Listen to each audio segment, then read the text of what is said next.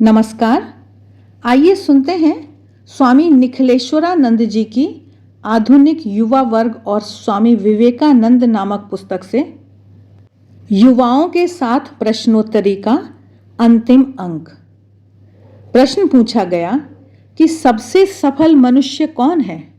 स्वामी निखिलेश्वरानंद जी उत्तर देते हुए बता रहे हैं कि बहुत ही बढ़िया प्रश्न है, परंतु यह प्रश्न मैं तुम सबसे ही करता हूं। तुम ही कहो, क्या फिल्मी हीरो या कोई नेता सफल मनुष्य है? सिकंदर महान का नाम तो तुम सबने सुना होगा। उसके गुरु ने कहा था कि भारत जा रहे हो, वहां से मेरे लिए एक संत ले आना, वे बड़े पहुंचे हुए होते हैं। सिकंदर सोच में पड़ गया कि उसके गुरु की आज्ञा है, माननी तो पड़ेगी ही। एक दिन वह जंगल में घूम रहा था तो एक साधु पर नजर पड़ी। देखा तो वह बड़ा प्रभावित हुआ, बातें की तो और भी ज्ञान पाया। मन में ठान लिया कि इसको तो लेकर ही जाना है। उसने साधु से चलने को कहा, पर साधु किसी कीमत पर तैयार नहीं हुआ। अंत में सिकंदर ने तलवार निकाल ली। साधु खूब जोर से हंसा और बोला, तेरी तलवार मुझे काट नहीं सकती, वायु मुझे सुखा नहीं सकती और पानी मुझे डुबो नहीं सकता। मैं अजर अमर आत्मा हूं। उसने गीता का श्लोक पढ़ा, नैनम छिंदन्ति शस्त्राणि नैनम दहति पावकः न चैनम क्लेदयन्त्यापो न शोषयति मारुतः। सिकंदर ऐसे उत्तर के लिए तैयार नहीं था। उसकी तलवार गिर जाती है। संत ने कहा कि तू मुझे अपने देश ले जाना चाहता है, पर मैं देख रहा हूं कि तू खुद ही अपने देश नहीं पहुंचने वाला है, मुझे क्या ले जाएगा? सचमुच वैसा हुआ तो सफल व्यक्ति उसे ही कहेंगे जिसने समस्त कामनाओं, इच्छाओं और मृत्यु पर विजय प्राप्त की हो। संत कबीर कहते हैं, जब तू आया जगत में जगत हंसे तू रोए, ऐसी करनी कर चलो तुम हंसो जग रोए।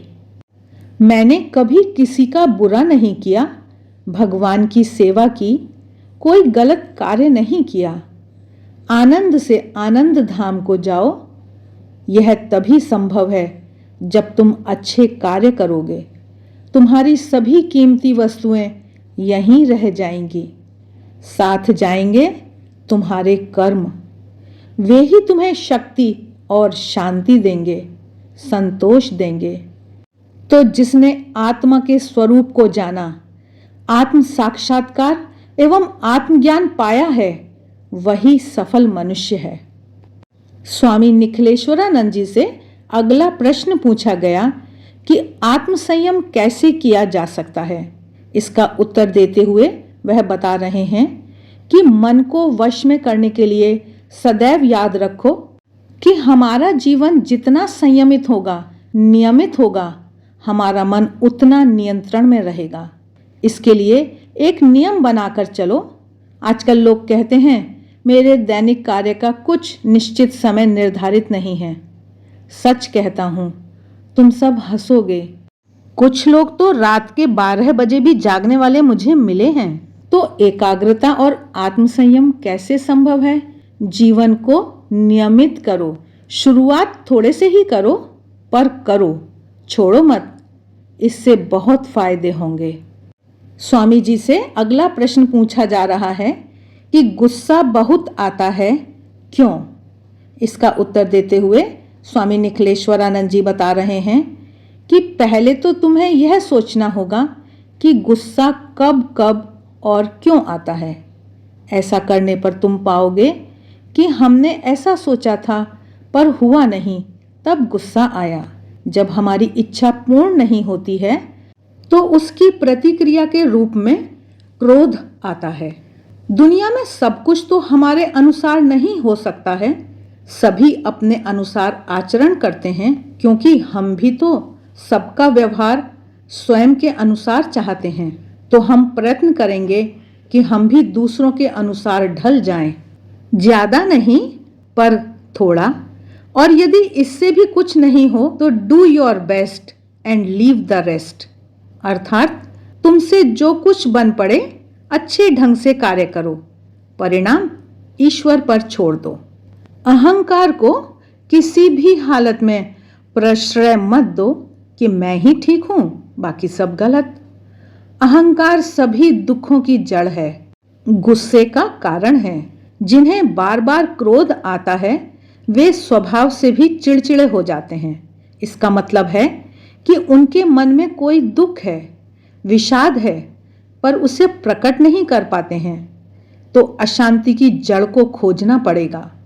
अपने मन के दुख को किसी करीबी आदमी को प्रकट कर दो, कह दो, तो शायद कोई हल भी निकल जाए और तुम हल्का भी महसूस करोगे।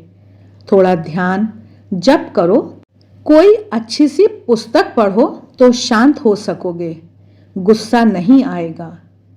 सुबह सुबह का गुस्सा आना पूरे दिन को प्रभावित करता है, इसलिए सुबह सुबह ईश्वर की तस्वीर देखकर उठो, प्रार्थना करो, हर कार्य को ईश्वर का कार्य समझकर करो।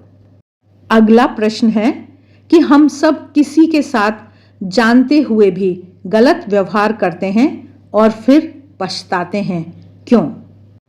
स्वामी निखिलेश्वरानंद जी उत्तर दे रहे हैं, हाँ, यह तो बहुत अच्छा प्रश्न है। बहुतों की यह समस्या है, मुंह से एक बार निकली बात फिर वापस नहीं आती। इस कारण संबंध भी बिगड़ जाता है, लोग आहत होते हैं। इसलिए थोड़ा संभल कर बोलना चाहिए। आधा युद्ध तो उस व्यक्ति ने उसी समय जीत लिया जब पता चल गया कि गलती कहाँ है। सब में यह शक्ति नहीं होती कि वे अपनी गलती स्वीकार करें। अपनी कमजोरी को दृढ़ संकल्प शक्ति, आत्म संयम द्वारा दूर करने की कोशिश करो। ईश्वर से प्रार्थना करो कि वे शक्ति दें कि अब ऐसी गलती नहीं करूंगा, तो धीरे धीरे सुधार होगा। ईश्वर को खूब करीबी जानकर प्रार्थना करो, वे शक्ति देंगे। अगला प्रश्न है कि आपने कहा कि सफलता के लिए do your best and leave the rest, तो रेस्ट को कैसे पूरा किया जा सकता है? महाराज कह रहे हैं कि डू योर बेस्ट का मतलब है कि तुमसे जितना हो सकता है अच्छे ढंग से करो, और लीव द रेस्ट का मतलब यह है कि फल की चिंता तुम मत करो, उसे ईश्वर पर छोड़ दो। क्योंकि तुमने यदि ईमानदारी पूर्वक कार्य किया है तो निश्चिंत रहो, भगवान पर विश्वास करके कर्म का परिणाम उन्हीं पर छोड़ दो। आइए सुनते हैं मीनू कुमारी का अगला प्रश्न। वह पूछ रही हैं कि आज के समय में लड़कियों को क्यों नहीं कुछ समझा जाता है, लड़कियों के प्रति उपेक्षा क्यों है? स्वामी निखिलेश्वरानंद जी उत्तर दे रहे हैं, बहुत ठीक कहा है, परंतु आज यह समस्या सिर्फ लड़कियों की ही नहीं है, लड़कों की भी है। बहुत से अभिभावक एवं लड़के लड़कियां मेरे पास आते हैं, कहते हैं कि बच्चे हमें नहीं मानते, और बच्चे कहते हैं अभिभावक हमें कुछ समझते ही नहीं हैं। इसका मुख्य कारण है पीढ़ी का अंतराल। जहां तक लड़कियों की बात है, वे हर क्षेत्र में आगे आ रही हैं, खूब उन्नति कर रही हैं। घर के अंदर की आपसी गलत धारणा को खत्म करना होगा। आजकल सभी को प्रेम चाहिए। दूसरों की परेशानी, उलझनों को भी सुनने का प्रयत्न करो। यदि कोई गलत धारणा है तो अपनी बात रखते हुए उसे दूर करो। जो भी निर्णय लो, बुद्धि और विवेक से लो, किसी का अंधानुकरण नहीं। स्वामी विवेकानंद जी हमेशा कहा करते थे कि नारी जाति का आदर्श है सीता, सावित्री, दमयंती। वे कहते थे हमारी भारतीय नारियां भी खूब आगे बढ़ें, पढ़ें लिखें, नाम करें, बहुत खुशी होगी, पर पाश्चात्य सभ्यता का अंधानुकरण कर अपनी पवित्रता को नहीं खोएं। मैं तुम्हारी समस्या को समझ सकता हूं कि जटिलता है कहां। तुम जैसा चाहती हो तुम्हारे घर के लोग वैसा नहीं चाहते हैं, और परिवार के अनुसार चलने पर बाहर में परेशानी है। तो माँ पिताजी और तुम सबको भी मिलकर एक दूसरे की गलत धारणा को दूर करना होगा, फिर ऐसी समस्या नहीं रह पाएगी। मां शारदा देवी का जीवन चरित्र तथा भारतीय नारी इत्यादि पुस्तकें पढ़ो, तुम में बहुत आत्मविश्वास जगेगा। फिर तुम स्वयं उन्नति करोगे। फिर तुम्हारे साथ ड्रेस या अपने दिखावे के प्रति उतनी जटिलता नहीं रहेगी। आज तक जो तुम्हें चिढ़ाते आए हैं वे ही तुम्हें सम्मान की दृष्टि से देखेंगे, तुम्हें सम्मान देंगे। स्वामी निखिलेश्वरानंद जी कह रहे हैं कि मेरा विश्वास करो, मैंने ऐसा परिवर्तन देखा है। अगला प्रश्न विद्यार्थियों से जुड़ा हुआ है कि पढ़ा हुआ याद नहीं रहता है। स्वामी निखिलेश्वरानंद जी उत्तर दे रहे हैं, इसका कारण है एकाग्रता का अभाव। जब तक एकाग्रता नहीं होगी, पढ़ाई क्या कुछ भी सफलता प्राप्त करना असंभव है। उपाय है, हम जो कुछ करें एक नियम के तहत करें, नोट्स बनाकर पढ़ें, संयमित जीवन जीने की आदत डालें, अपना एक आदर्श बनाएं। जैसे युवाओं के सर्वप्रिय स्वामी विवेकानंद, उनकी किताबें पढ़ो, उनके विचारों को अपने जीवन में उतारो, तो चित्त शुद्धि होगी, जिससे एकाग्रता आएगी, ध्यान होगा और सभी कार्य भी ठीक से कर सकोगे। एक संकल्प शक्ति जगाओ कि इस कार्य को मुझे पूरा ही करना है। एक उत्तरदायित्व अपने ऊपर लो। अगला प्रश्न है कि आज के समय में राजनेताओं से घृणा क्यों है। स्वामी निखिलेश्वरानंद जी उत्तर देते हुए बता रहे हैं कि असल में बात यह है कि अच्छे नेताओं की बहुत ही कमी है, क्योंकि उनमें चरित्र यानी अच्छे चरित्र का अभाव है। सभी घोटाले में ही फंसे हैं या लिप्त हैं, कुछ जेल में भी हैं। उनमें त्याग, देश प्रेम की भावना नहीं है। तो बात है कि अच्छे नेता तुम में से ही आएंगे, जो अच्छे चरित्र के होंगे, जो देश के लिए कुछ करना चाहेंगे, ईमानदार होंगे। अभी भी कुछ अच्छे लोग हैं, कम हैं, लेकिन अच्छे लोगों के बल पर ही तो दुनिया टिकी है।